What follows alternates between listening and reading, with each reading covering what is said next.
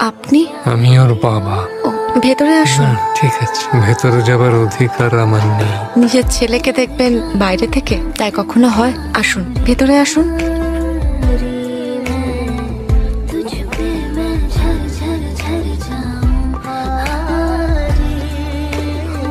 তুমি আবার এসেছো এখানে? অনেক দেরি হয়ে গেছে, বাড়ি যাও। বিয়েটা আমি করেছিলাম তোমার থেকে দূরে সরে থাকার জন্য। আমি চাই না তোমার ছায়া আমার বাড়িতে পড়ুক।